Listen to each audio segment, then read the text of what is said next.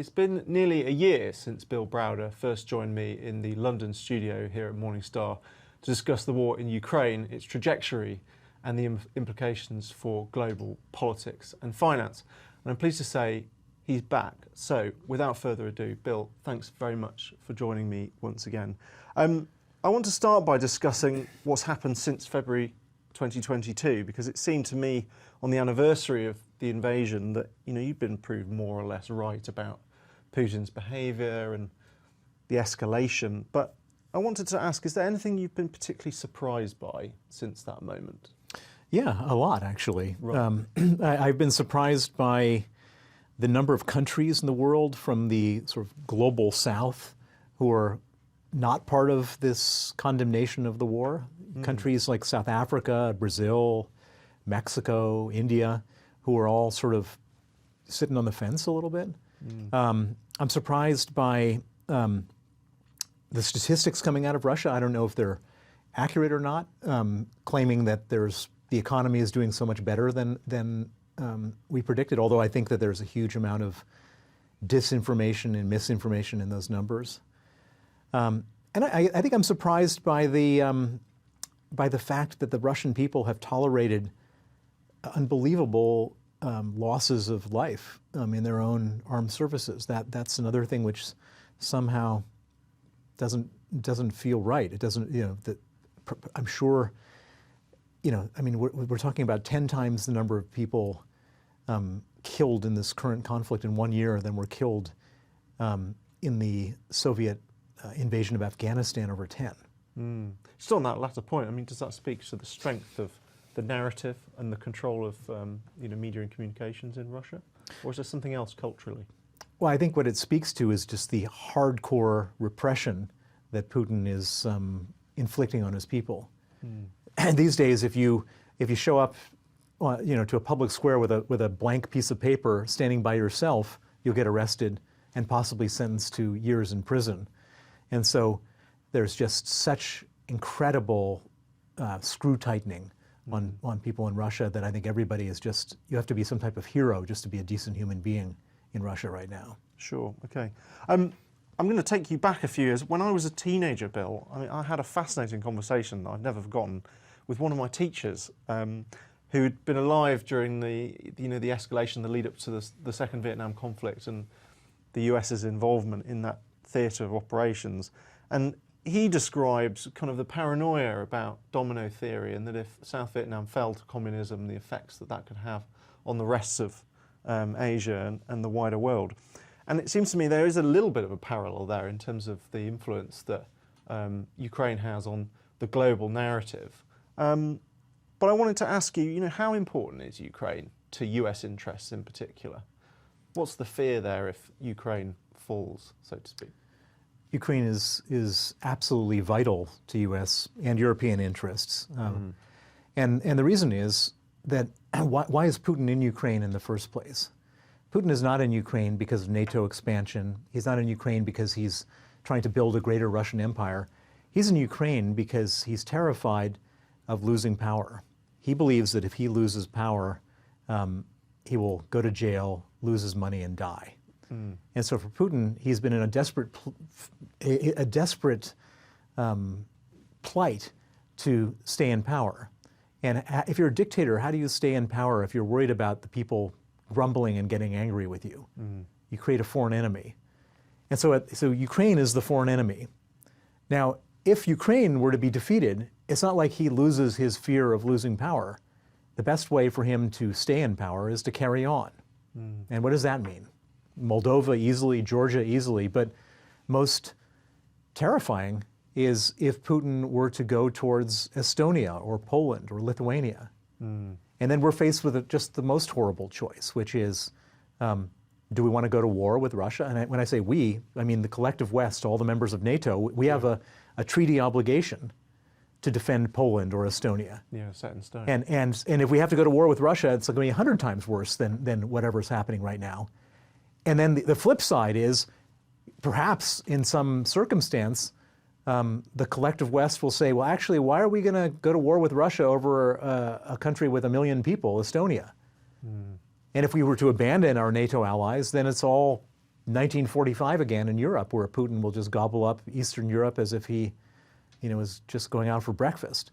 And if that happens, then, God knows what happens next. And so the reason why Ukraine is so important is that Ukrainians are currently fighting off this possible outcome. And so there's no Americans that are dying. There's no Europeans that are dying. Ukrainians are dying not just to protect their own country, but to protect us from the possibility that Putin goes further. And so, it's not an unlikely possibility. It's a highly probable possibility if Putin were to win in Ukraine. And so I think this is absolutely crucial. And anybody who suggests that we should just leave Ukraine to their own devices is basically suggesting that we end up in a major conflict with Russia directly. Okay.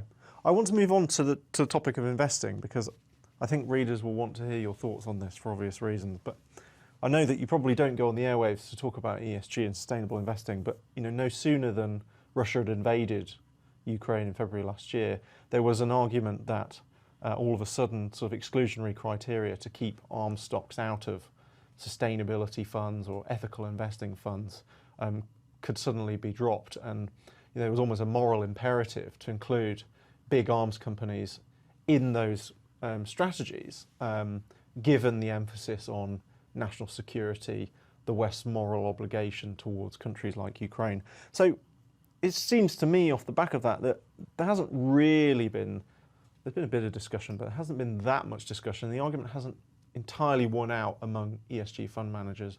Not sure why, but I wanted to get your sense of, what are your views on that? Should we have arms stocks in ESG funds? Well, I think that Putin is completely it's like when you're playing pool and you break, he's sent all balls in all different directions and all sorts of interesting things are happening. So, all of a sudden, what couldn't be accomplished by, any climate change activist was accomplished by Putin when everyone said, why are we so dependent on Russian gas? We should, it takes 14 months to get a solar panel installed in Germany now because everybody is desperate to get solar panels installed. And all of a sudden, every other type of alternative energy is becoming, even more sought after because of Putin, not because people are trying to create a greener planet. And, this is another example where defense stocks, are doing good. I mean, I should say defense companies who are supplying arms to Ukraine are doing something good for the world. They're protecting Ukraine. And in fact, to the extent that one believes this data leak that's coming out that's saying Ukraine is short of weapons, the reason they're short of weapons is because a lot of defense companies stopped producing weapons because they didn't think there was any market for them. And so, I think it's unrealistic and kind of utopia thinking that we're in a world where you don't need defense companies. As long as there are dictators, and there's a lot of dictators in the world, and as long as there are malicious actions of those dictators, and we see that in many places, you need defense companies to supply weapons to people who are going to defend against those dictators. And one can make all sorts of arguments about arms companies supplying dictators, which is a whole other story. But I think that's more a question of government regulation than should these companies be in business. For sure. Okay. Finally, you mentioned the intelligence leak. I do want to discuss that because as we record this right now, I believe the FBI has arrested a suspect in the big intelligence leak in the US. Some would say that's been a little bit embarrassing for the US and its allies, but also for Ukraine, whose vulnerabilities have kind of been further exposed. What's your take on it? What are the consequences of a moment like that? Well, I think it's disastrous. I mean, you want to keep your cards as close to the chest as you can in a situation like this. And so it's disastrous for Ukraine if it's true that, that they're lacking weapons in certain areas, lacking air defense. It's disastrous for the United States in that lots of intelligence sources are now exposed, and perhaps those people will be killed. But there's a flip side to this whole thing in areas that people aren't talking about. First, now we know that the air defenses of Ukraine are vulnerable, that they don't have enough weapons to defend their airspace. So what's the natural reaction of every head of state, every foreign minister, every defense minister in every country that's among the allies who's reading that? they're going to go back into their warehouses and see if they got anything else they can supply. There's been a big argument about whether or not the West should supply jets to Ukraine. Absolutely. I imagine that if this perception that Ukraine is lacking on air defense is real, then the acceleration of the supply of jets will happen. There's another upside to this whole thing, which is, yes, we've now exposed the Western sources of information coming out of Russia. What's going to happen inside the Russian military establishment and the Russian government?